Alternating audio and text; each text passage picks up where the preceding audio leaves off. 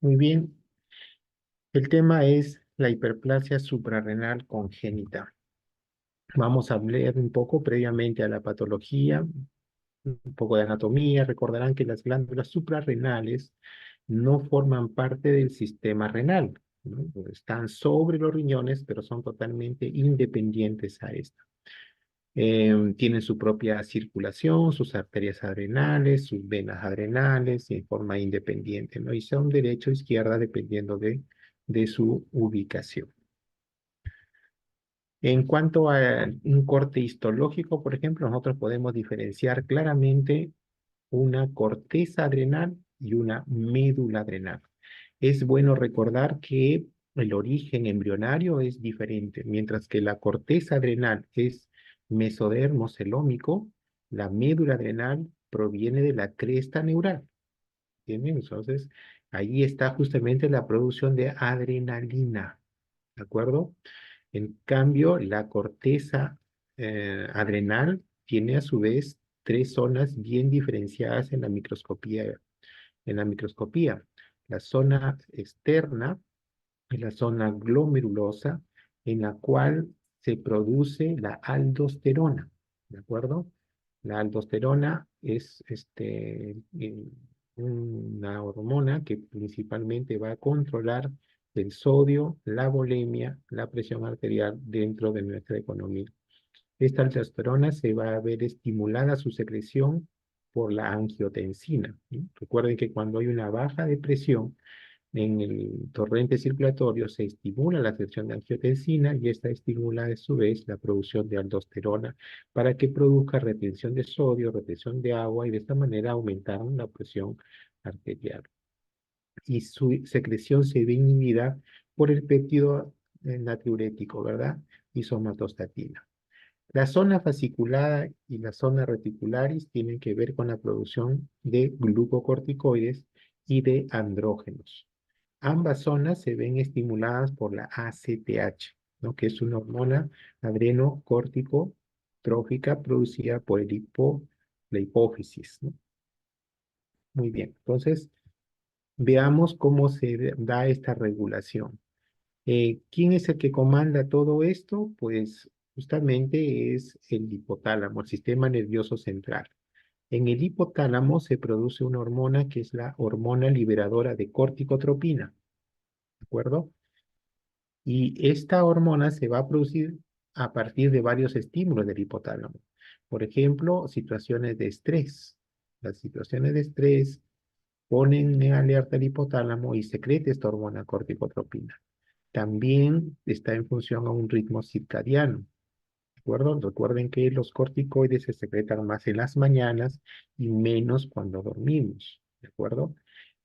Procesos inflamatorios como enfermedades que generan citoquinas también son un estímulo positivo al hipotálamo para que libere la hormona corticotrópica. Esta hormona corticotrópica va a actuar a nivel anterior de la pituitaria y va a hacer que se cree la ACTH. ¿Ya? Esta ACTH tiene una acción directa en la corteza adrenal para que se produzca cortisol. Y el cortisol que aumenta en sangre es un feedback negativo hacia el hipotálamo y hacia la hipófisis, inhibiendo la secreción de hormona corticotropina y por ende la ACTH que está aumentada.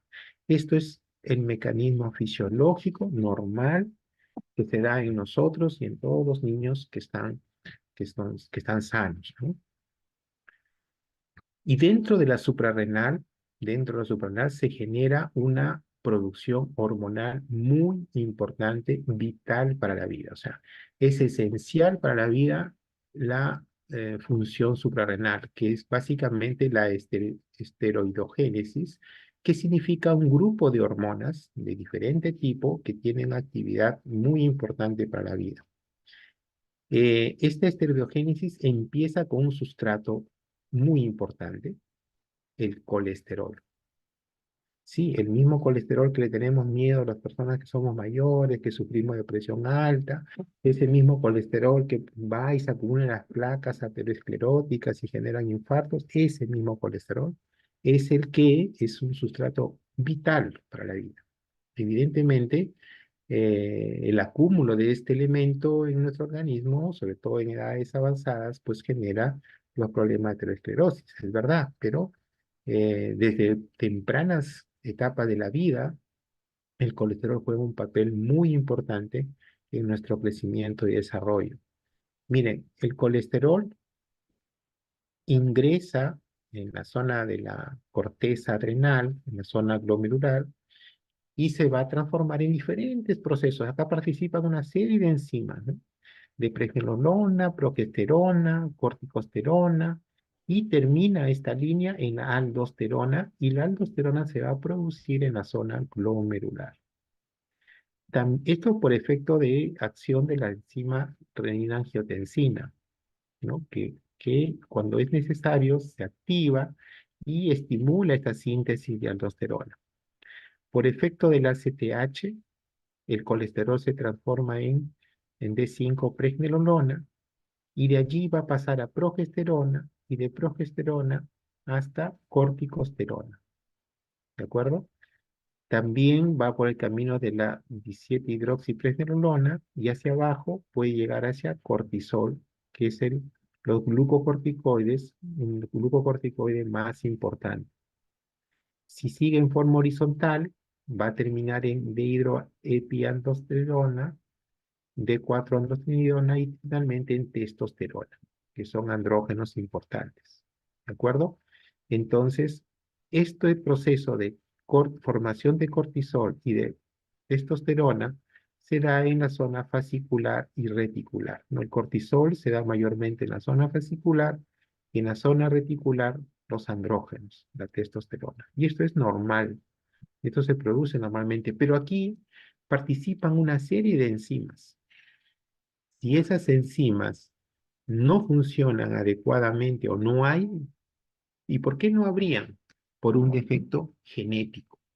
Si estas enzimas no se forman por un defecto genético, nos va a producir lo que se llama hiperplasia suprarrenal congénita. Entonces, este cuadro normal lo vamos a volver a revisar luego para ver justamente dónde están estas fallas enzimáticas.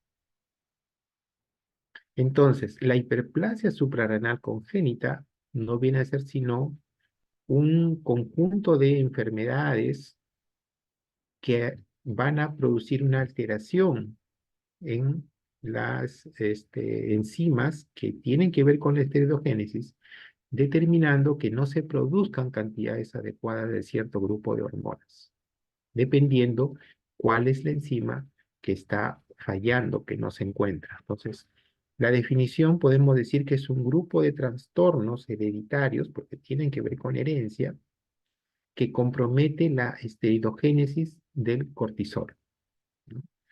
Esa es la definición de la hiperplasia suprarrenal congénita.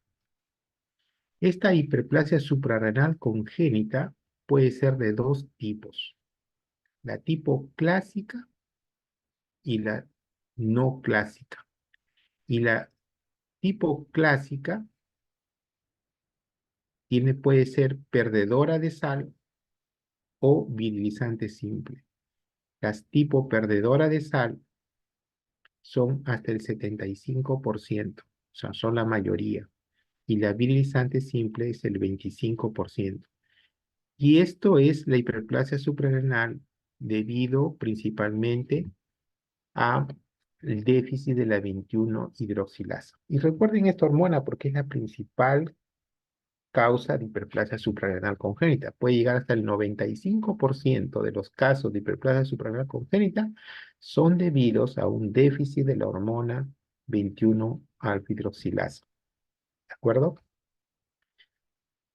Entonces, todas las formas de hiperplasia suprarrenal congénita son hereditarias, y son hereditarias con un carácter autosómico recesivo. ¿Qué significa autosómico recesivo? Significa que para que un niño o un descendiente tenga la enfermedad, necesariamente sus dos padres tienen que ser portadores. O sea, de un niño que tiene la enfermedad, los dos padres son portadores. ¿De acuerdo? Y obviamente los portadores son asintomáticos. no tienen síntomas, pero son portadores, porque el gen es recesivo, por eso. Entonces, en el gráfico de la derecha, usted puede ver al papá, que es un portador, obviamente asintomático, no está afectado, no tiene la enfermedad. La mamá es una portadora también, asintomática, no tiene la enfermedad. De su unión hay tres posibilidades de su descendencia. Que su niño sea sano, es decir, que tome la parte buena, ¿no? El gen bueno, que el niño sea portador o el niño esté enfermo, pero, o el niño esté enfermo, ¿verdad? Entonces, perdón, el, el afectado, el no afectado puede ser hombre o puede ser mujer, ¿no? Cualquiera de los dos. Y la posibilidad que sea afectada. El riesgo de tener la enfermedad de dos padres portadores es el 25%. 25% que la persona tiene la enfermedad porque tiene los dos genes. 25% totalmente sano y 50% es que sean portadores. De todas formas, 25% enfermos y 75%, digamos, sin enfermedad, porque los portadores no tienen enfermedad. La forma más frecuente les decía que es la alteración de la 21-hidroxilasa, que el nombre del gen es el CYP21A2, que codifica la enzima 21-hidroxilasa. Y las mutaciones que dan como resultado una actividad enzimática baja, ¿de acuerdo? Cuando es tan baja como el 1 al 2%, la producción de aldosterona es suficiente para no generar síntomas perdedores de sal.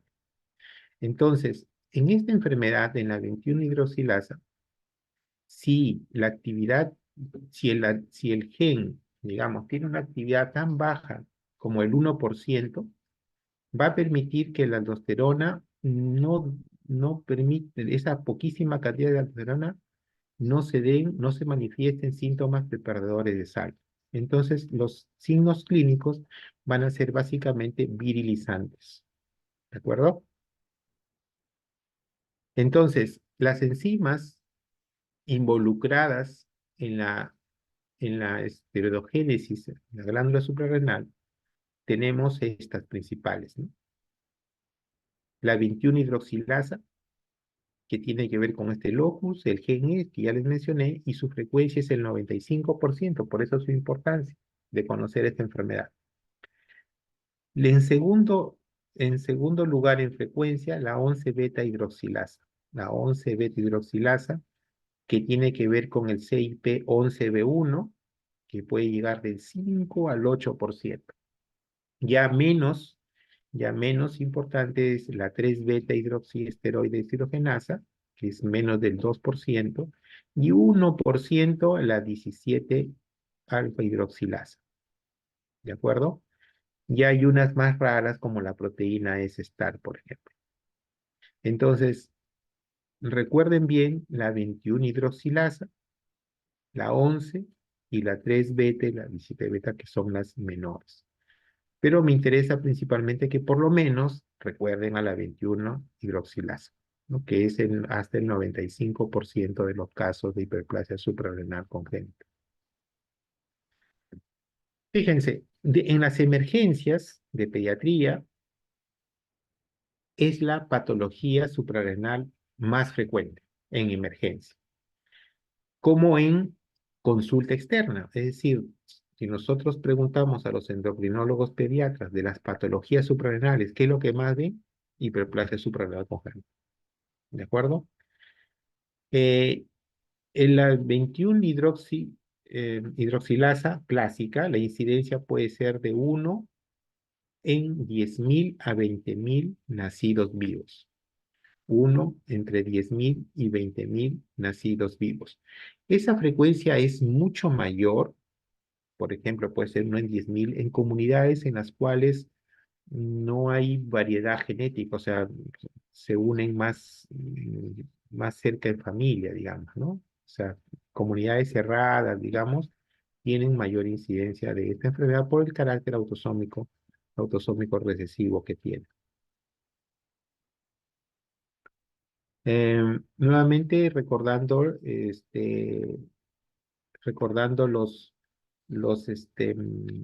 a la glándula suprarrenal, ¿no?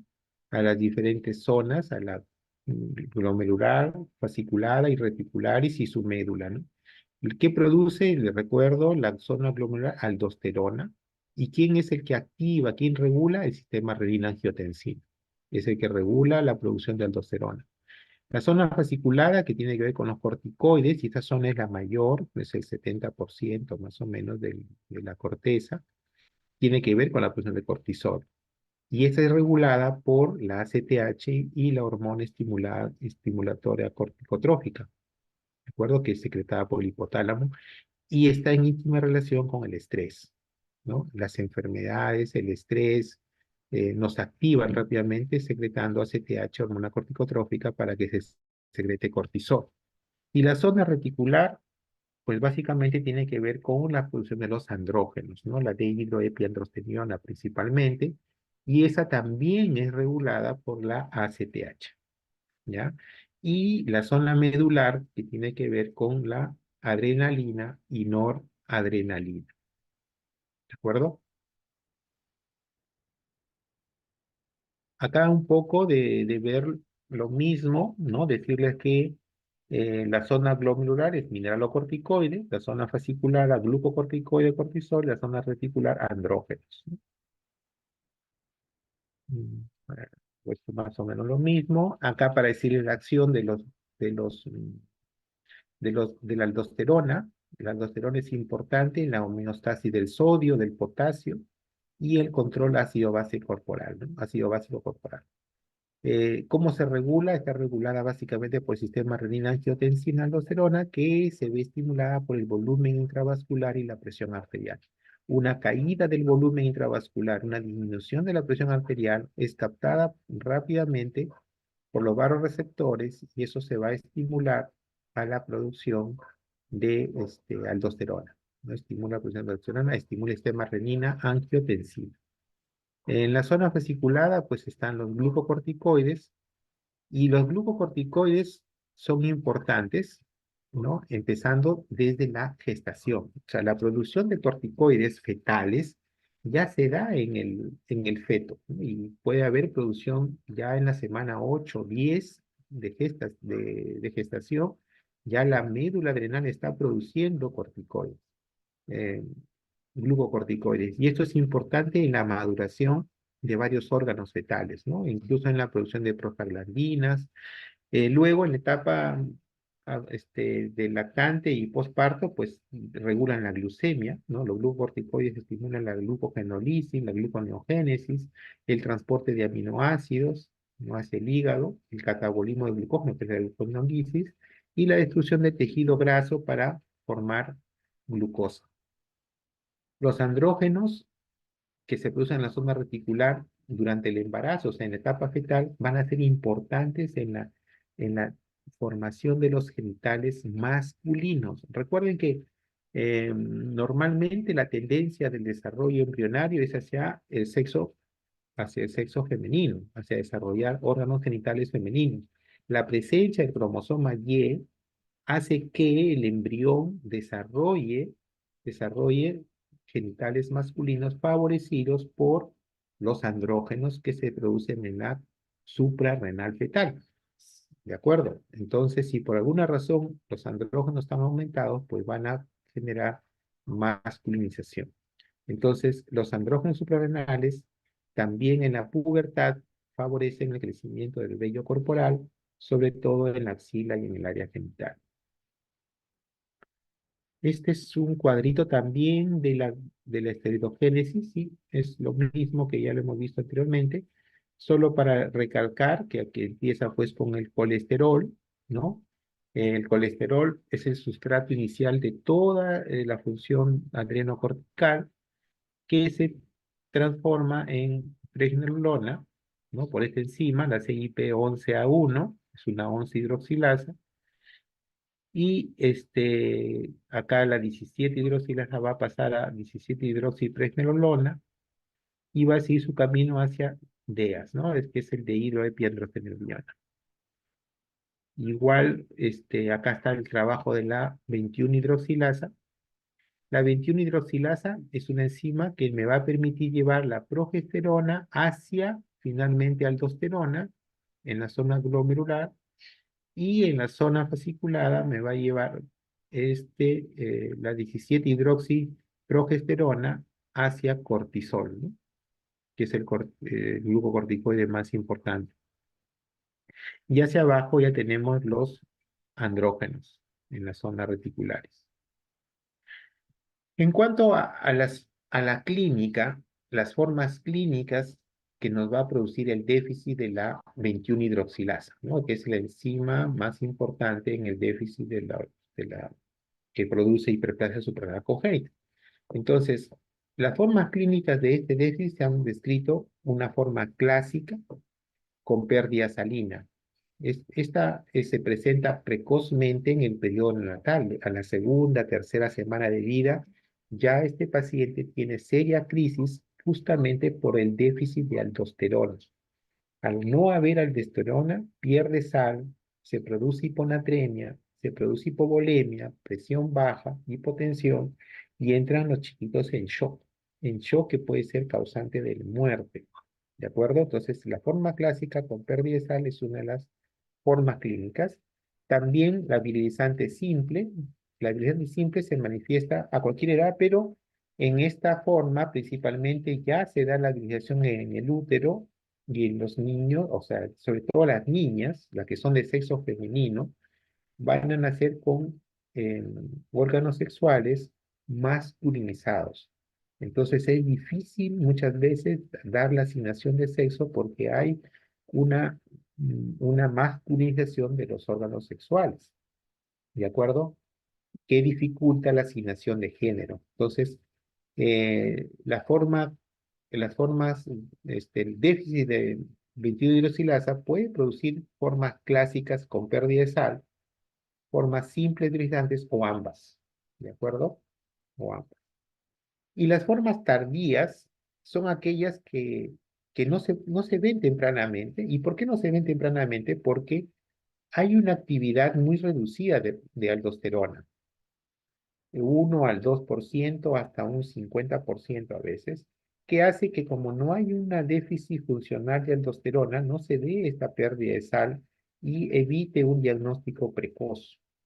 La parte virilizante simple puede ser a veces no muy clara en el momento de nacimiento, ¿no? Pasa desapercibido, sobre todo si es sexo masculino, pasa desapercibido, y más bien tardíamente se ve en el momento de la pubertad con una adrenarquia precoz, hirsutismo, oligomenorrea, menorrea o infertilidad, ¿no? Y las crípticas, que se llaman así crípticas porque no tienen características clínicas, son totalmente asintomáticos y muchas veces de casualidad, porque un familiar está enfermo, se le hace el estudio y se le detecta. Por ejemplo, en una familia, de pronto a un niño que ha nacido hace un cuadro clínico agudo, se le detecta hiperplasia pulmonar congénita, se estudian los hermanos y se encuentra un hermano, ¿no? Pero que, digamos, es oligosintomático o asintomático, o a lo mejor es portador, ¿no? Entonces, esta enfermedad de la hiperplasia suprarrenal congénita, que tiene que ver con un déficit enzimático que es genético, que eh, es un, es un déficit principalmente de la 21 hidroxilasa del 95%, su cuadro clínico va a estar enfocado principalmente al déficit de las hormonas que no se están produciendo. En el caso de la 21 hidroxilasa no se están produciendo aldosterona, ¿no? Y no se está produciendo cortisol. Entonces, ¿cuáles son los síntomas que esperamos encontrar o que nos va a dar? Entonces, el déficit de cortisol y aldosterona principalmente tiene que ver con pérdida de peso. El paciente no gana peso adecuadamente, ¿de acuerdo? Es una pérdida de peso progresiva, no tiene apetito, se presentan muchas veces vómitos Los vómitos van con deshidratación, debilidad y hipotensión, porque la aldosterona no está haciendo retención de sodio y está perdiendo agua. ¿De acuerdo? El cortisol es importante en la regulación de la glucosa, por lo tanto tienden a hacer hipoglicemia. Hay trastornos hidroelectrolíticos importantes, principalmente el sodio, que hay hiponatremia, y el potasio, que se produce hiperpotasemia. Y eso hay que buscarlo y evidenciarlo. Entonces, estos problemas de déficit de cortisol y aldosterona en ambos se va a ver en los lactantes afectados los primeros días de vida. Generalmente es la segunda semana, tercera semana de vida. Y si no reciben tratamiento adecuado, pueden llegar a shock hipovolémico, ¿de acuerdo? A trastornos del ritmo cardíaco, incluso a fallecer en días o semanas. La mortalidad actual de la hiperplasia suprarrenal congénita alcanza el 4% de los pacientes, ¿de acuerdo? No es tampoco. ¿Sí? Y en las emergencias estamos siempre atentos a estos pacientes para darles el manejo adecuado.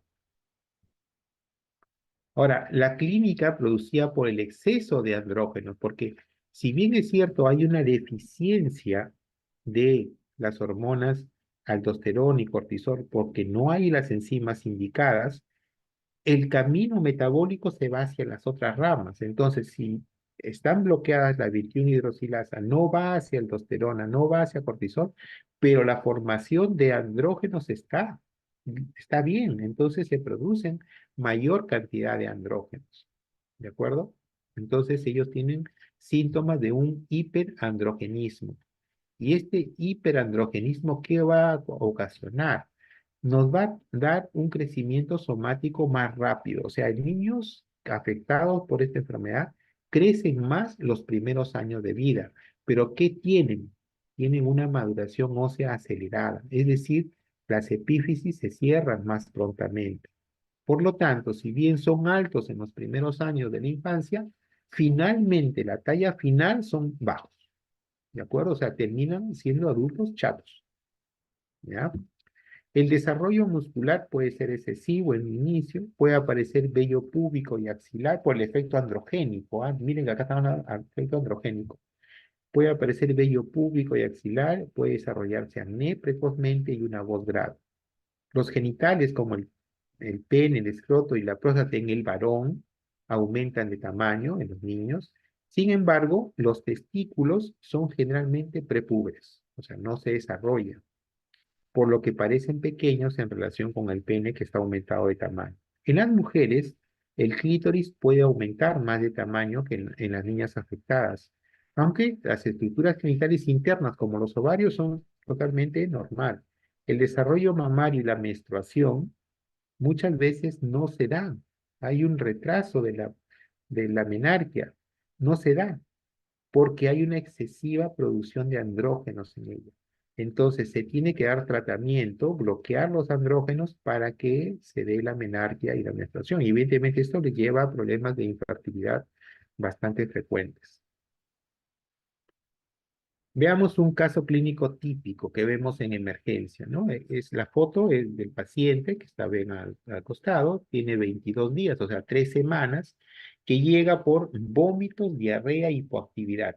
En el examen se encuentra una frecuencia cardíaca de 146 por minuto, o sea, está taquicárdico, ¿de acuerdo? Tiene una frecuencia respiratoria de 28 por minuto, temperatura febril, la presión está en 80,50, la, el perímetro cefálico 36, torácico 31 y la glucosa 99. El peso, 3 kilos 250, no dice acá, pero este pequeño nació con 3 kilos 100, o sea, su ganancia de peso ha sido muy poca, incluso puede haber disminuido de peso si la tuvo en las primeras semanas. ¿De acuerdo? La piel está hiperpigmentada. Y aquí, a ver, me paro y me detengo, si ustedes se acuerdan de su fisiología, ¿por qué estaría la piel hiperpigmentada? ¿Por qué estaría hiperpigmentada? ¿Quién me puede responder? ¿Alguien? ¿Alguien tiene una idea? Todo es cuestión de fisiología. Doctor, yo me recuerdo que la piel se pigmenta por exceso de melanina. Correcto, sí es verdad, el color de la piel lo da la melanina. Pero ¿por qué estos niños que tienen hiperplasia suprarrenal congénita, qué tiene que ver la melanina con con la suprarrenal? ¿Qué relación le puede encontrar la melanina con la suprarrenal? ¿Alguien? Ah, no se acuerda de su fisiología. Yo les he repasado la fisiología de los estímulos de la suprarrenal. ¿Quién estimula la suprarrenal? La ACTH. ¿Y quién estimula la ACTH, que es producida por la hipófisis anterior? Hacia arriba está el hipotálamo. El hipotálamo secreta la hormona corticotrófica, pero es esta misma hormona que también estimula la hormona estimuladora de melanocitos. Entonces, si la hormona que estimula la ACTH, la hormona corticotrófica, está aumentada, se incrementa. ¿Por qué? Porque como no hay cortisol en sangre, porque no se está produciendo en la corteza suprarrenal, no hay cortisol. Esa deficiencia de cortisol a nivel del hipotálamo dice falta cortisol. Es un feedback negativo, positivo, porque no hay cortisol. Por lo tanto, el hipotálamo empieza a mandar orden a la hipófisis mediante la corticotrofina que produzca más ACTH para que la ACTH haga producir más cortisol.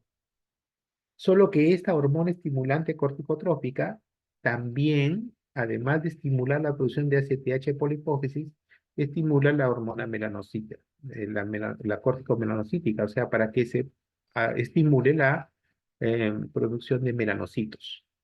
Por eso que estos niños tienen melanocitos aumentados, ¿de acuerdo? Esa es la razón fisiológica. Entonces se le ve con la piel hiperpigmentada, se observan genitales masculinos, ¿no? Pero con un pene bastante grande, ¿no? Bastante grande. Mire, es un bebito de 22 días y mide 5 centímetros.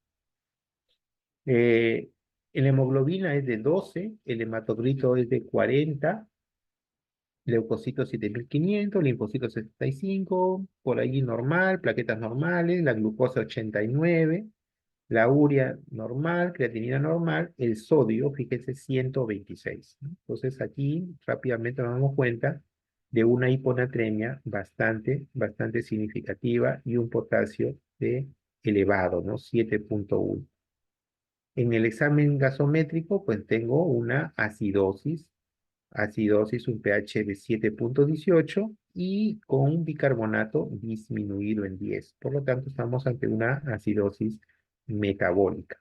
Entonces, estos niños en los cuales los genitales nos llama la atención, en este caso es un varoncito que tiene un palo bastante crecido para su edad, digamos, y una hiperpigmentación con una aparente malnutrición, no se ha estado alimentando bien, no ha ganado peso bien, y trastornos hidroelectrolíticos importantes como hiponatremia, hipercalemia, pues nos hacen sospechar claramente que estamos ante un problema de hiperplasia suprarrenal congénita, ¿no? Y hay que hacer los exámenes y el manejo correspondiente. Entonces, una de las características de la hiperplasia suprarrenal congénita que tiene que ver con el aumento de andrógenos, ¿no es cierto? Estamos, que generan, que generan en la etapa fetal genitales ambiguos. Y utilizamos una clasificación de Prader para ver en cuál tipo estamos, ¿no? Em, la forma, la forma más frecuente es el pseudohermafroditismo femenino secundario al déficit de la 21 hidroxilasa y también de la 11 hidroxilasa. Entonces, ambas hormonas lo que hacen es una disminución, un aumento de las hormonas androgénicas y generan un, una diferenciación anormal de los genitales femeninos, haciéndolos parecer a masculinos y va en diferentes grados. Por ejemplo, el tipo 1 son genitales femeninos normales. Pero en el tipo 2 ya se puede ver una hipertrofia del clítoris. En el tipo 3 es clara la hipertrofia del clítoris con fusión de los labios mayores, ¿no? Y seno urogenital, que es donde termina la uretra. En el tipo 4 ya se ve una notable hipertrofia del clítoris, pero con hipospadia perineal. Y los labios mayores se han fusionado totalmente, que dan la apariencia escrotal. Fíjense ahí en la foto, pues uno podría pensar que es un varoncito, ¿no? Y no, es una mujercita. Por eso que es importante en el recién nacido no solo mirar, sino palpar, porque si vemos algo así y son escrotos vacíos, o sea, no hay, no digan solamente este es un varón con criptorquidia bilateral. Prendas el foquito de descartar que no sea una hiperplasia suprarrenal congénita, con genitales ambiguos en un tipo 4. Y un tipo 5 es cuando el meato urinario ya está en la punta. Es decir, aquí prácticamente parece un sexo masculino. Pero hay que buscar en los escrotos, buscar siempre las gónadas, ¿no? Para estar seguros si es un hombrecito. Aquí, por ejemplo, pueden ver también tres fotos de niñas con hiperplasia suprarrenal congénita que han sido virilizadas, no tratadas. Y estos casos de estas fotos, pues erróneamente han sido consideradas como masculinos al momento del nacimiento, ¿no? ¿De acuerdo?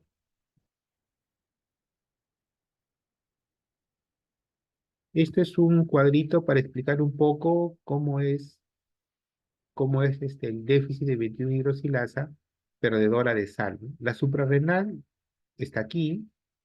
La suprarrenal debe producir cortisol, pero no la produce. Como no produce cortisol, el cortisol disminuido va a activar a nivel del hipófisis y del hipotálamo, en la hipófisis la hormona corticotropina y en el hipotálamo la CTH, para que la CTH actúe sobre la suprarrenal,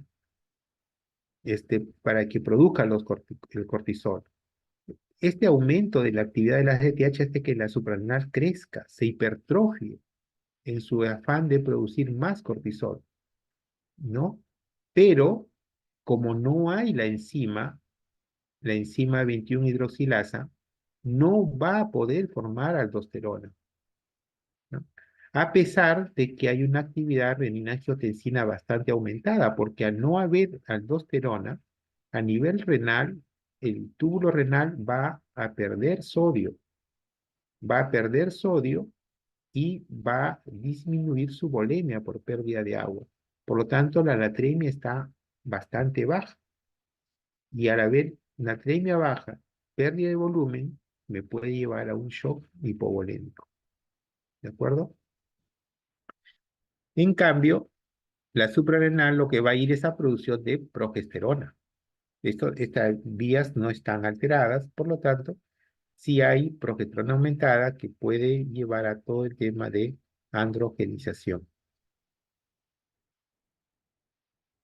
Estos son, obviamente, las alteraciones de la enzima 21 hidroxilasa se da por alteraciones genéticas y las alteraciones genéticas mayormente no son del 100%. Las formas perdedoras de sal no son estas y estas, por ejemplo, sí generan una actividad enzimática de 0%. Pero hay otras mutaciones que alteran esta enzima, otras mutaciones que permiten una mínima actividad enzimática de la aldosterona. Estas son las formas que no pierden sal, pero son las formas virilizantes simples. Y hay unas otras que llamamos no clásicas, ¿no? Que son aquellas que se producen en estas mutaciones.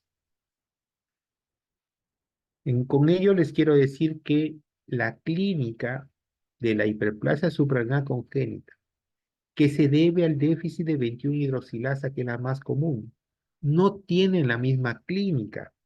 Va a depender del grado de afección genética que se presenta en el paciente, y eso es bastante amplio.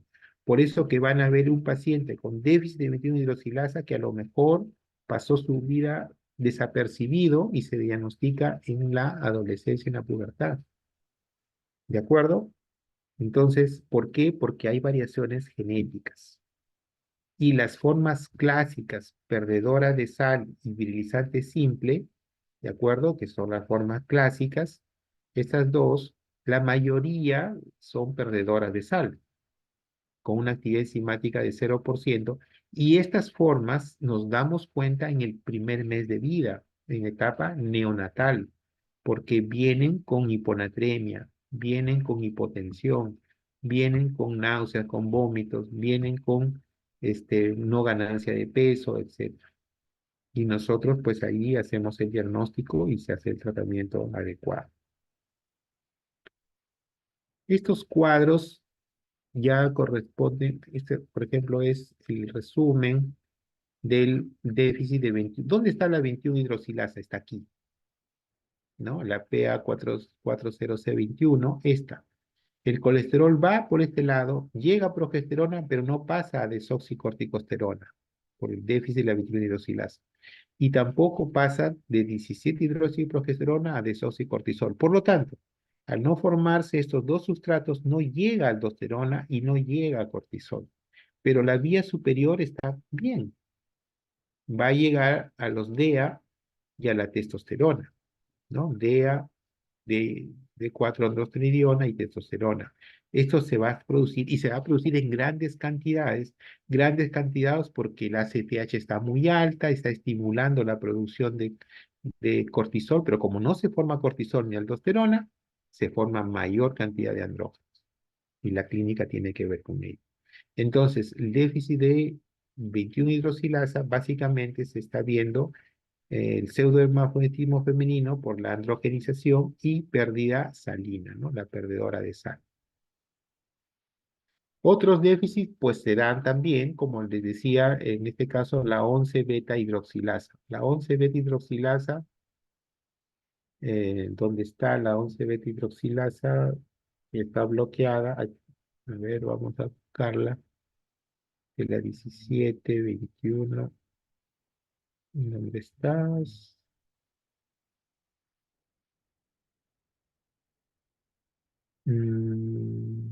Entonces, me dice la 21. Ya no se ve en el... Ah, aquí está la 11-beta hidroxilasa, ¿no? La 11-beta hidroxilasa es en la que permite formar finalmente corticosterona y cortisol. Entonces, esta me va a alterar básicamente la formación de corticosterona y cortisol, pero no me altera la aldosterona. La vía de aldosterona está normal. Entonces, en este déficit de 11-beta-hidroxilasa, básicamente los síntomas tienen que ver con alteración de cortisol, ¿no? Y aumento de andrógenos, evidentemente. Pero acá no hay la forma perdedora de sal, porque la línea de la aldosterona está correcta, ¿ya? En la 17 hidroxilasa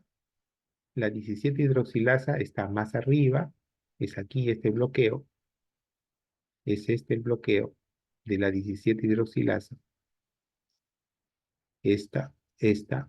Aquí no va a haber tampoco andrógenos. Fíjense, en la 17 hidroxilasa los andrógenos están disminuidos, como el cortisol está disminuido, pero sí hay una actividad de aldosterona disminuida, pero hay una actividad de aldosterona y se está produciendo, no hay problemas perdedores de sal. ¿De acuerdo? Entonces, si no hay testosterona, estos pacientes lo que van a tener es un pseudohermafroditismo masculino, es decir, los niños que son de sexo masculino no desarrollan sus órganos sexuales hacia el sexo masculino, porque no hay testosterona. Entonces, tampoco hay cortisol. Y más bien hacen síntomas hipertensivos. Fíjense, la mayoría de los pacientes con hiperplasia suprarrenal congénita lo que hacen es hipotensión por el déficit de aldosterona. Pero este grupo de pacientes de 17 hidroxilasa, que obviamente son el 1% menos, no es la más frecuente, es lo más raro, tienen un problema de, no hay en ellos, no hay androgenización y más bien la vía está más hacia el lado de la aldosterona, lo que produce hipertensión. Hipertensión. ¿De acuerdo? Y finalmente el déficit de, a ver, no, de la 3 beta deshidrogenasa, que es al inicio, prácticamente este es incompatible con la vida. No, perdón, esta no. Esta no es incompatible con la vida. Esta 3 beta deshidrogenasa lo que va a generar es un déficit global, ¿no? Un déficit de aldosterona, cortisol y testosterona. O sea, no hay androgenización, es perdedora de sal, ¿de acuerdo? Y nos da también un pseudohemagnetismo masculino de la 3 beta deshidrogenasa. También es muy rara.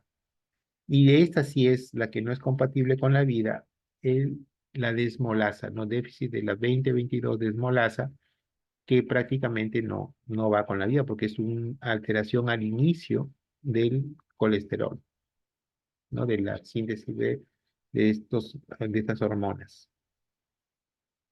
Muy bien. Entonces, vean ustedes que la clínica pues va a variar bastante en función a qué enzima y en qué grado las enzimas están siendo comprometidas. Siendo pues la que debemos tener en mente siempre mayormente es la 21 hidroxilasa, ¿no? Que es la forma clásica perdedora de sal y utilización simple. El tratamiento entonces está enfocado en 4 aspectos, siendo la parte médica principalmente los 2 primeros. Uno es frenar la hipersecreción de ACTH y el hiperandrogenismo concomitante, y esto se hace mediante dándole cortisol. Recuerden que el ACTH le decía que estaba estimulada porque no había cortisol. Al no haber cortisol se estimula la ACTH. Si yo le doy cortisol como hidrocortisona, ¿no? Le doy cortisol, el cerebro, el hipotálamo y la hipófisis piensan que hay cortisol, por lo tanto ya no secreto tanto ACTH y tranquilizo la acción de la glándula suprarrenal, ¿no? Disminuye la androgenización, ¿de acuerdo? El hiperandrogenismo.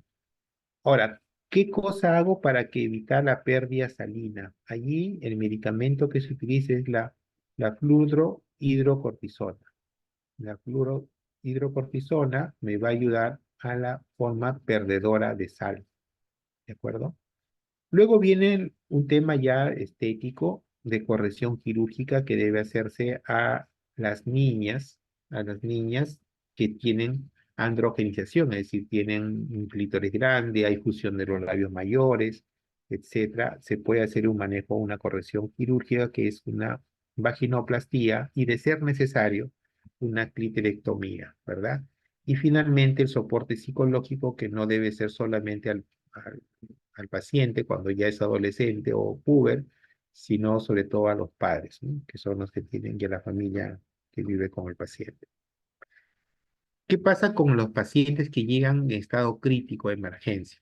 Entonces, los pacientes con hiperplasia suprarrenal congénita perdedora de sal, que llegan con shock muchas veces hipovolémico, pues necesitan un tratamiento inicial con hartas dosis de glucocorticoides, ¿no? Los glucocorticoides, la hidrocortisona, se utiliza 50 miligramos por metro cuadrado por día y poco a poco se va disminuyendo para llegar a la dosis de mantenimiento de 20 miligramos por metro cuadrado por día.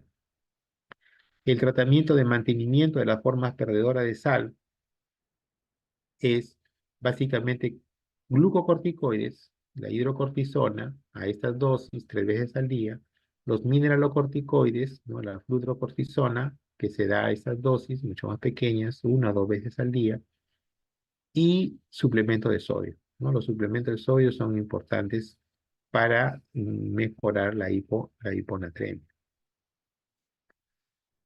Esas son algunas fotos de pacientes que no han sido diagnosticados oportunamente, o sea, no han sido diagnosticados pronto, ya se les ve tardíamente un pseudohermafroditismo, ¿no? De, de un Prader tipo 5, fíjense. O sea, este paciente de la izquierda es una niña que tiene un Prader tipo 5, o sea, aparentemente son genitales masculinos. Y acá tienen otras formas de formas virilizantes, pero con grados 2 de Prader, ¿no? Ya menos, ¿no? Son mujercitas también que tienen grados bajos de Prader. Luego, en la etapa adulta, lo que puede verse cuando son mujeres, por ejemplo, hirsutismo, oligomenorrea, amenorrea y infertilidad, ¿no? Y en los hombres van también con infertilidad. Talla baja también les dije. Un aspecto importante del diagnóstico para que sea oportuno es que sea lo más precoz posible, ¿no? Mientras yo más oportunamente haga el diagnóstico, mejor va a ser el tratamiento y mejor va a ser el pronóstico de mi paciente. ¿De acuerdo? Por ejemplo, se recomienda que el diagnóstico sea lo más precoz. Eh, ¿Qué pasa? ¿Qué pasa? Que en el embarazo hacer el diagnóstico es complejo, es invasivo. Por ejemplo, se puede hacer extracción de ADN fetal en el líquido amniótico y es, de todas maneras, entrar con una aguja. Hacer una biopsia a las vellosidades coriónicas es muy invasivo, no se hace en nuestro medio. Una amniocentesis es más factible hacerla y se podría hacer en el segundo trimestre y ahí podemos medir los 17 hidrógeno y progesterona en el líquido amniótico y nos da ya un diagnóstico de hiperplasia suprarrenal congénita.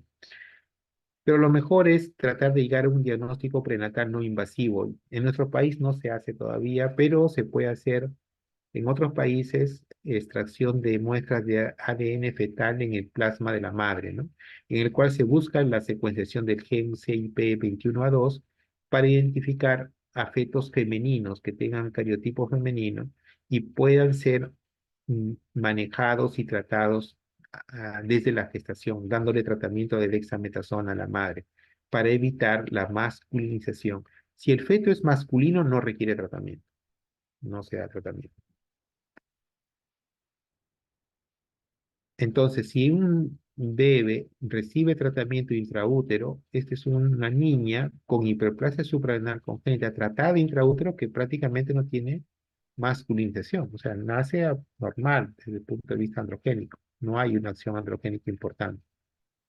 Entonces, lo que se propugna es hacer tamizaje. El tamizaje es muy importante que se haga todo recién nacido, ¿de acuerdo? Entonces, se toma en el talón y nos permite determinar precozmente, rápidamente a los niños que tienen esta enfermedad. Y de esa forma podemos manejar y evitar que llegue a una crisis de hipotensión, que llegue o hagan formas virilizantes importantes a futuro. ¿De acuerdo? Muy bien, chicos. Eso es toda la presentación que tenía para ustedes. Si tienen preguntas, por favor, creo que tenemos un minuto. Sí,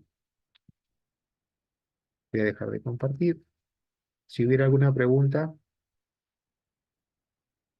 Doctor, disculpe, lo mencionó que el déficit 2022, no me acuerdo, el resto era incompatible con la vida. ¿Eso era por qué? ¿Podría volver a repetir, por favor, por qué era incompatible con la vida? porque prácticamente no hay posibilidad de que se forme ningún tipo de hormona que se produce en los glucocorticoides, o sea, no hay aldosterona, no hay cortisol, no hay andrógenos, es muy difícil que haga una vida normal, rápidamente se descompensan y van mal, ¿no? En la etapa, digamos, fetal, digamos, como se compensa porque está la mamá, que de cierta forma aporta cortisol, aporta que mantiene la hemostasis, pero después del nacimiento prácticamente es imposible que pueda sostenerse. Ah, ya, gracias, doctor. Ujú. O sea, Doctor, llegan a nacer, ¿ah? Llegan a nacer. doctor, el tratamiento intraútero, ¿por cuánto tiempo tiene que ser una vez que nace Bueno, el niño? lo que pasa aquí es que el tratamiento intraútero no es al bebé, es a la mamá. Y lo que se le da a la mamá es suplemento de dexametasona, que es un glucocorticoide, para tratar de disminuir el ACTH en el feto. Es que la hormona adrenal ya empieza a funcionar a partir de las 8 o 10 semanas de gestación, ya empieza a funcionar, empieza a producir cortisol y su cerebro, o sea, el cerebro del feto, capta ese cortisol que está bajo. Al estar bajo, piensa que falta y ya hace la CTH para que su corteza empiece a producir, ¿no? Pero como no hay, se va a hipertrofiar y va a ir hacia la formación de andrógenos, como hemos visto. Entonces, la idea es darle a la mamá corticoides, en este caso le dan dexametasona, para que la mamá tenga un aumento de corticoides, le estamos dando como un Cushing a la mamá, pero no en ese extremo, pues son dosis bajas de todas maneras, pero que en la circulación lleguen al feto y engañen al cerebro diciéndole que hay corticoides y se genere un feedback negativo. Y de esa forma no se incremente tanto la CTH, no se genere una hiperplasia suprarrenal importante y una androgenización importante sobre todo. Luego ese niño nacer ya se le dará las pruebas correspondientes y va a recibir el suplemento que necesita para que haga su vida y desarrollo normal. Sí. Gracias, doctor. Exactamente cuando me preguntabas el tiempo, pues yo pienso que de sospechar el diagnóstico se tratará de mantener el tiempo necesario, ¿no? Para evitar que la corteza del cerebro del feto piense que falta corticoides, o sea, mantenerlo el mayor tiempo posible. Siempre que las condiciones clínicas del embarazo lo permitan, ¿no? Porque recuerden que los glucocorticoides también pueden aumentar la presión arterial, la mamá está dispuesta a hacer problemas de preeclampsia, eclampsia, sobre todo en los últimos trimestres de la gestación. Entonces, monitoreando a la mamá, sobre todo la presión arterial, su nivel de sodio, se puede mantener la terapia, pero si hay, digamos, aumento de presión arterial, retención de sodio, pues habrá que suspenderla o disminuirla.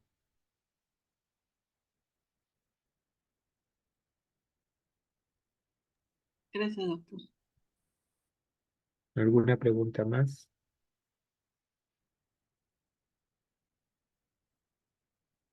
Muy bien, chicos. En verdad es un tema bastante complejo, involucra varias enzimas y temas genéticos importantes que he tratado de reducirlo para ustedes, para que puedan entender esta patología, ¿no? Muy bien. Muchas gracias, chicos. Vamos ahora Gracias, doctor. a cerrar la sesión. Gracias, doctor. Hasta luego, chicos. Muchas Gracias. gracias, doctor. Chao.